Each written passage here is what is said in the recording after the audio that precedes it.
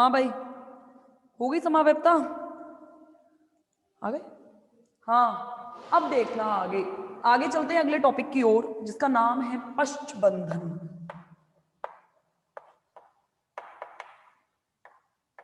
जिसको इंग्लिश में कहते हैं बैक बॉन्डिंग।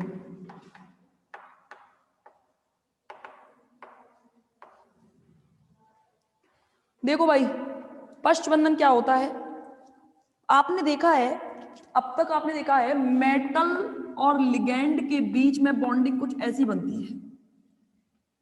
यानी कि कहने का मतलब क्या है, ध्यान से एक एक चीज को समझते चलना। देखो, जो ग्रहण कर रहा है उसके पास होंगे रिक्त कक्षक। ध्यान रखना ये चीज, जो ग्रहण कर रहा है उसके पास होंगे रिक्त कक्षक, और जो दे रहा है उसके पास होंगे भरे हुए कक्षक। समझना मेरी बात। मेटल क्या करती है, आप अब तक पढ़ते आए हो, देखो मेटल की बॉन्डिंग कैसी होती है। मेटल की बॉन्डिंग ऐसी होती है कि देखो, मेटल का यहां ध्यान समझना, डायग्राम से ज्यादा बेटर समझ में आएगी ये बैक बॉन्डिंग, पेपर में बहुत पूछी जाती है।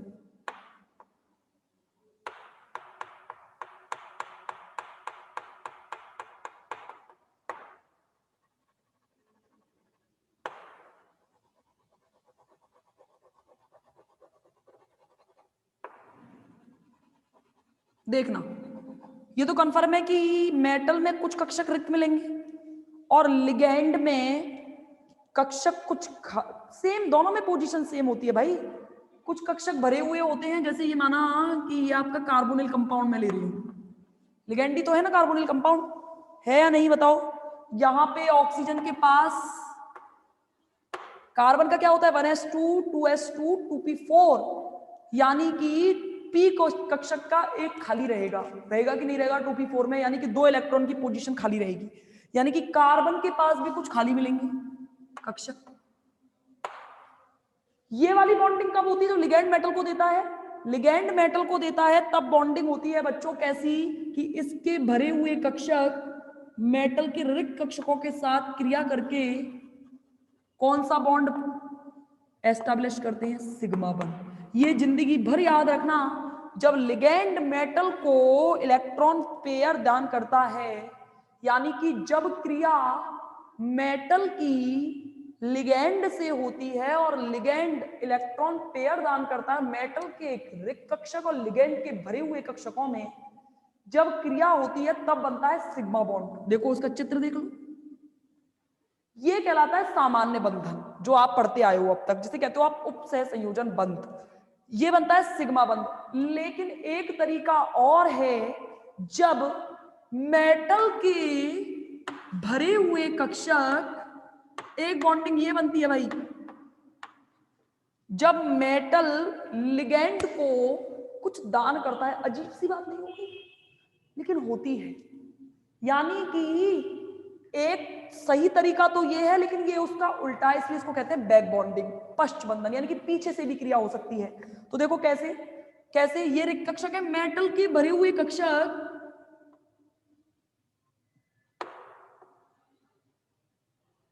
मेटल के भरे हुए कक्षक लिगैंड के रिक्त कक्षकों के साथ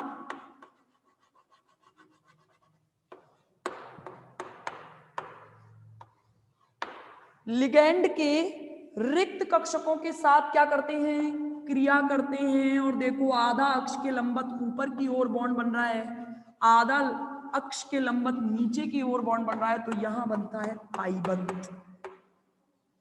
यही कारण है कि डी पाई पी पाई बॉन्ड में पाई बंध अवश्य बनता है। कारण क्या है, बैक बॉन्डिंग होती है। और बैक बॉन्डिंग का मतलब क्या है, कि जब लिगैंड मेटल से कुछ ग्रहण करे, यानी कि ऐसा तो है नहीं कि हर बार मेटल ही दबती चली जाएगी, कभी तो ऐसा भी होगा जब मेटल के दान करने का समय आएगा, तो आप थर्ड ईयर में पढ़ोगे कि ये दोनों एक दूसरे की सहायता करते हैं और एक के बिना दूसरे की स्टेबिलिटी असंभव है।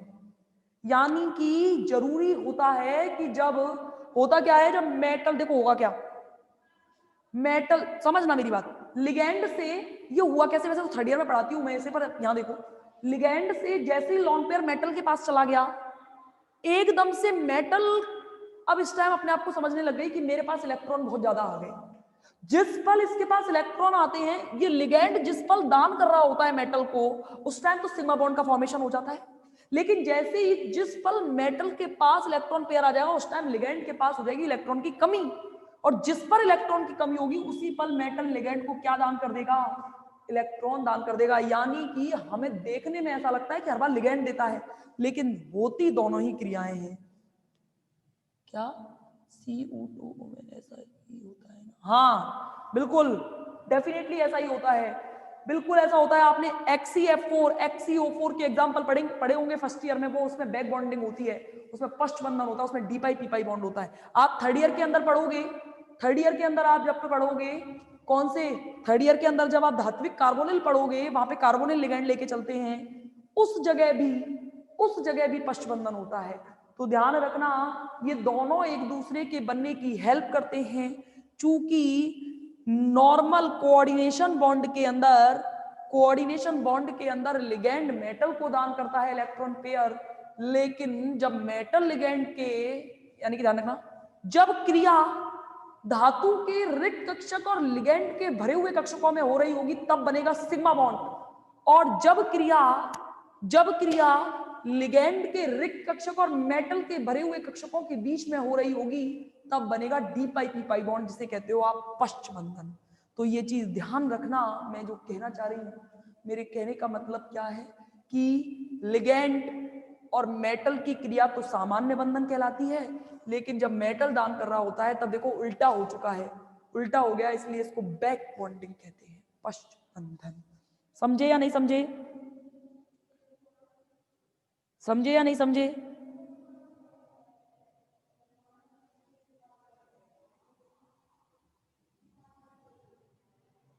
समझे या नहीं समझे?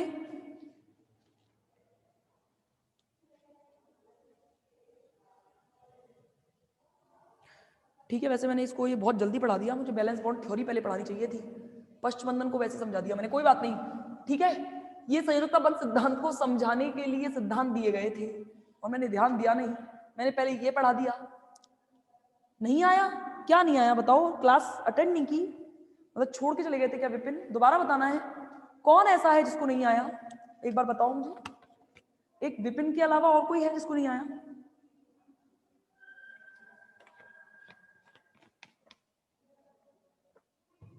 है कोई ऐसा जिसको नहीं आया? देखो एक बार और देख लो, कोई बात नहीं है। देखो, मेटल पर धनावेश होता है कि नहीं होता? होता है कि नहीं होता? ये नरेंद्र पिटेगा मुझसे, क्या ये ब्रैकेट ब्रैकेट बना के भेजते रहते हो? मेटल पर धनावेश होता है, लिगेंड से इलेक्ट्रॉन पेयर ग्रहण करने की प्रवृत्ति पाई जाएगी। देखो, जैसे ही लिगेंड ने अपना इलेक्ट्रॉन पेयर, विपिन ध्यान समझना, जैसे ही लिगेंड ने मेटल को अपना इलेक्ट्रॉन पेयर दिया, तो लिगेंड के पास तो भरे हुए कक्षक और मेटल के रिक्त कक्षक है, मेटल के पास रिक्त कक्षक है, तभी तो ले रहा है वो उसका लॉन पेयर। जैसे ही इसका लॉन पेयर ले रहा है ये इससे, तो उस पल बनेगा सिग्मा बॉन्ड। ठीक,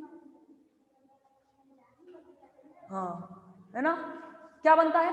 सिग्मा बॉन्ड। लेकिन सोचो, जैसे ही लिगेंड ने अपना इलेक्ट्रॉन पेयर इस बेचारे मेटल को दे दिया, तो मेटल के कक्षक हो गए भरे हुए और लिगेंड का कक्षक हो गया खाली। हुआ कि नहीं? और लिगेंड का कक्षक जैसे ही खाली हुआ, तो मेटल बेचारी दयालु है, तुरंत की तुरंत लिगेंड को दान कर देगी इलेक्ट्रॉन। तब बॉन्डिंग कैसी बनेगी? मेटल जब लिगेंड को दे रही हो, यानी कि जब धातु के भरे हुए कक्षक लिगेंड के रिक्त कक्षकों के साथ क्रिया करें, तब बनता है बैक बॉन्डिंग, और इस पोजीशन में बनता है डी पाई पी पाई बॉन्ड। यानी कि इसमें डी कक्षक और पी कक्षक के इलेक्ट्रॉन भाग लेते हैं, इसलिए इसको डी पाई पी पाई बॉन्ड कहते हैं। ये चूंकि मेटल दान कर रही होती है, पीछे से बॉन्डिंग हो रही होती है लिगेंड की, इसलिए इसे कहते हैं लिगेंड की बैक बॉन्डिंग, इसलिए इसे क्या कहते हैं? पश्च बंधन। आप समझ में आया विपिन? बस इतना ध्यान रखना, यहाँ सिग्मा बॉन्ड बनेगा और यहाँ पाई बॉन्ड बनेगा। एक चीज और, ये दोनों एक दूसरे की हेल्प करते हैं बनने में। ऐसी कभी नहीं हो सकता जब कोऑर्डिनेशन बॉन्ड बन रहा हो और T pi P pi bond बन रहा हो ना बन रहा हो, ऐसा पॉसिबल नहीं है। और जब डी पाई पी पाई बॉन्ड बन रहा हो, तब सिग्मा बन रहा हो, तब ऐसा पॉसिबल नहीं है। समझे या नहीं? मैम इसमें मेटल हमेशा पीछे ही रहेगा। अरे पीछे नहीं, ये पीछे तो लिखना है, ऐसा तरीका होता है ये तो लिखने का कि मेटल को हमेशा ऐसे लिखते हैं, लिगेंड को हमेशा ऐसे लिखते हैं। कोई आगे ये वाली चीज मानता है, कोई आगे ये वाली चीज मानता है। कभी ऐसे लिखते देखा है क्या? अभी आपने कॉम्प्लेक्सेस पढ़े, धातु को हमेशा आगे की तरफ लिखा जाता है, ये तो नियम है। समझ गए संतोषी? ठीक है। अब देखो भाई, इसको समझाने से पहले इसका एक सिद्धांत और था, विद्युत उदासीनता का सिद्धांत, पर इसे समझने से पहले मेरे से छूट गई है एक चीज जिसका नाम है बैलेंस बॉन्ड थ्योरी। एक बैलेंस बॉन्ड थ्योरी आपने हाइड्रोजन के निर्माण में फर्स्ट ईयर में पढ़ी है, फर्स्ट ईयर में पढ़ी है एक तो, ठीक है ना। इलेक्ट्रॉन नेगेटिविटी इसका रीजन कुछ भी नहीं है। इलेक्ट्रॉन नेगेटिविटी का मतलब ये नहीं है कि लिगेंड, ऐसा भी कोई दिक्कत नहीं है। अगर मैं देखो ऐसे लिख दूं, ऐसे लिख दूं, और अगर ये ऐसे दान कर रहा है तो भी कोई फर्क नहीं पड़ रहा, बॉन्डिंग तो वही होनी है। मेटल ले रहा है, इस इलेक्ट्रोनेगेटिविटी के कारण नहीं है, ये होता ही है, इसका क्रम है। जैसे कोई चीज अगर BeCl2 लिख रहे हो, अब देखो यहां पे ऋणायन को हमेशा पीछे लिखा जाता है और धनायन को हमेशा आगे लिखा जाता है, इसलिए मेटल को लिगेंड को आगे। ऐसे लिखोगे तो अजीब सा नहीं लगेगा क्या? इसलिए लिखते हैं। ये तो क्या है, थोड़ा अच्छा सा लगे, भद्दा ना लगे, इसलिए करते हैं, बाकी तो ऐसा कोई रीजन नहीं है। वो तो मतलब वही है कि ये ऐसा थोड़ी है कि इसको BeCl2 क्यों, आप ऐसा क्यों कर देते हैं? कभी H2O लिख देते हैं, कभी OH2 लिख देते हैं, क्यों कर देते हैं? लिख सकते हैं, जहां जरूरत हो वहां लिख दो, लेकिन लिगेंड और मेटल में जरूरत पड़ती नहीं है, इसलिए इसको ऐसे लिखते हैं, अच्छा सा लगता है, क्योंकि इसके नियम भी हैं इसलिए अच्छा लगता है। तो नियम के अकॉर्डिंग चलें तो ठीक है, समझ गए? ये वाली चीज है, इसलिए आता है कि हमेशा पीछे ही रहती है, ठीक है। अब देखो बैलेंस बॉन्ड थ्योरी, आप एक बैलेंस बॉन्ड थ्योरी हाइड्रोजन के निर्माण के लिए पढ़ के आए हो, याद है? H2 के निर्माण की प्रक्रिया में बैलेंस बॉन्ड थ्योरी, और एक बैलेंस बॉन्ड थ्योरी आप यहां भी पढ़ोगे। इसलिए मैंने कहा था इसमें संकरण आएगा, इसलिए मैंने चाह रही थी कि मैं यहां समझाऊं संकरण, लेकिन वहां पे एक्चुअली में नोट्स जो थे आपके पुराने वाले नोट्स जो सर ने दिए हुए थे उसमें वहां दे रखा था, फिर आपके मन में कंफ्यूजन रहती, मैडम आपने छुड़वा दिया छुड़वा दिया छुड़वा दिया, बाकी सारी चीजें यहाँ रिपीट होंगी, ठीक है। बैलेंस बॉन्ड थ्योरी देखना, देखो सिजविक के द्वारा दिया गया, सबसे पहले तो किसके द्वारा दिया गया? सिजविक के द्वारा दिया गया। देखो इसके द्वारा, इस सिद्धांत के महत्व किस लिए है? इसके द्वारा चुंबकीय आचरण को बहुत अच्छे से समझा सके सिजविक साहब, चुंबकीय आचरण को बहुत अच्छे से समझा पाए थे। किसको? चुंबकीय आचरण को। काइनेटिक्स यानी कि भौतिकी में भी इसका यूज किया जाता है, मैंने केमिस्ट्री में इसका पढ़ा नहीं है कुछ भी यूज, केवल एक चुंबकीय आचरण की जरूर व्याख्या करता है ये बार बार बार बार, तो इसलिए ज्यादा इंपॉर्टेंट है बैलेंस बॉन्ड थ्योरी। देखो भाई, इसीलिए देखो पॉलिंग और सिजविक के द्वारा दिया गया, इसलिए पॉलिंग को यहां पे इनको नोबेल प्राइज दिया था भाई। पॉलिंग को, चूंकि केमिस्ट्री में ऐसी कोई चीज नहीं है जब पॉलिंग का हाथ ना रहा हो, इसलिए पॉलिंग को इस थ्योरी के लिए नोबेल प्राइज से नवाजा गया था। किससे नवाजा गया था? नोबेल प्राइज से। और ध्यान रखना 1954 में तो नोबेल प्राइज दिया गया, किसके कारण? संयोजकता बंध सिद्धांत के कारण। और 1962 में शांति पुरस्कार से नवाजा गया था। सोचो कितने शांति प्रिय व्यक्ति थे, तो शांति पुरस्कार से भी इन्हें नवाजा गया था। नोबेल में अलग अलग प्राइज होते हैं, शांति का अलग मिलता है, खेल में अलग मिलता है, होता है ना। देखो होता क्या है, मुख्य कुछ बिंदु हैं। देखो पहला बिंदु क्या है, इसका फर्स्ट पॉइंट देखना, बैलेंस बॉन्ड थ्योरी की पहली थ्योरी देखना, पहला पॉइंट देखना, केंद्रीय धातु जो होती है सेंट्रल मेटल, CM लिख दूं, केंद्रीय धातु जो होती है उसमें समन्वय संख्या के बराबर खाली कक्षक उपलब्ध करवाती है। संयोजकता बंध सिद्धांत में सिजविक और पॉलिंग ने कहा कि जो सेंट्रल मेटल होती है, कौन से उप सह संयोजन यौगिकों में समझा रहे हैं, यानी कि कोऑर्डिनेशन कंपाउंड में जो सेंट्रल मेटल होती है वो जो लिगेंड की यानी कि अपनी समन्वय संख्या के बराबर, इसके बारे में मैं चर्चा कर चुकी हूं, आपको ध्यान होगा, जितनी समन्वय संख्या होती है उसके बराबर रिक्त कक्षक उपलब्ध करवाती है। क्या बनवाती है? रिक्त कक्षक उपलब्ध करवाएगी। क्या करवाएगी? रिक्त कक्षक उपलब्ध करवाएगी, जिसमें ध्यान रखना, जिसमें दिशात्मक गुण भी पाए जाएंगे। क्या पाए जाएंगे? दिशात्मक गुण भी पाए जाएंगे। यानी कि इसमें आपने देखा होगा, इसमें संकरण D2sp3, DsP2 सामान्य संकरण निकाल पाते हैं आप, DsP2। ये सारे संकरण की व्याख्या sp3 भी इसी के द्वारा दिया गया। यानी कि ध्यान रखना कि क्या कहा कि पहला क्या था कि जो समन्वय जो उपसहसंयोजन मंडल में या समन्वय मंडल में जो केंद्रीय धातु होती है वो अपनी समन्वय संख्या के बराबर क्या कराती है, रिक्त कक्षक उपलब्ध करवाती है। और ये रिक्त कक्षकों की एक प्रॉपर्टी होती है कि ये दिशात्मक होते हैं और इसके द्वारा हम संकरण को आसानी से परिभाषित कर पाते हैं। क्या कर पाते हैं, संकरण को आसानी से परिभाषित कर पाते हैं। सेकंड पॉइंट क्या कहा इन्होंने कहा सिग्मा बॉन्ड बनाने के लिए मेटल के रिक्त कक्षक और लिगैंड के भारी कक्षकों, भरे हुए कक्षकों में आसानी से अतिव्यापन होता है। क्या होता है, धातु के रिक्त कक्षक और लिगैंड के भरे हुए कक्षकों के बीच में आसानी से अतिव्यापन कहते हैं, जिसे हम कहते हैं उपसहसंयोजन बंध। कौन सा बंध, मेटल लिगैंड के बीच बनने वाला ये बंध उपसहसंयोजन बंध कहलाता है। मेटल के रिक्त कक्षक और लिगैंड के भरे हुए कक्षक जब आपस में क्रिया करते हैं तो सिग्मा बंध बनता है और इस बंध को उपसहसंयोजन आबंध कहते हैं। क्या कहते हैं, उपसहसंयोजन आबंध कहते हैं। ध्यान रखना इन दो कक्षकों का अतिव्यापन बिल्कुल सहसंयोजक बंध जैसा ही है, वही सिग्मा बॉन्ड बन रहा है। इन दो कक्षकों का अतिव्यापन हमेशा सहसंयोजक बंध के जैसा ही रहेगा, यानी कि सिग्मा बॉन्ड का फॉर्मेशन होता है। इसीलिए इसकी यानी कि कहने का मतलब क्या है, और सहसंयोजक बंध मिलेगा तो ऑब्वियस सी बात में इनमें अधिक मात्रा में ध्रुवता भी पाई जाएगी।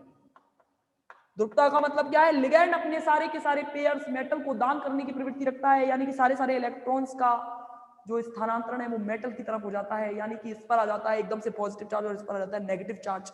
जैसे ही नेगेटिव चार्ज मेटल पर आएगा वैसे तुरंत अपना इलेक्ट्रॉन दान कर देगा लिगैंड को, और लिगैंड को दान करते ही पाई बॉन्ड का फॉर्मेशन हो जाता है। समझिए कि नहीं समझे, तो और आगे जो चर्चा करेंगे वो करेंगे कल, ठीक है। Thank you so much.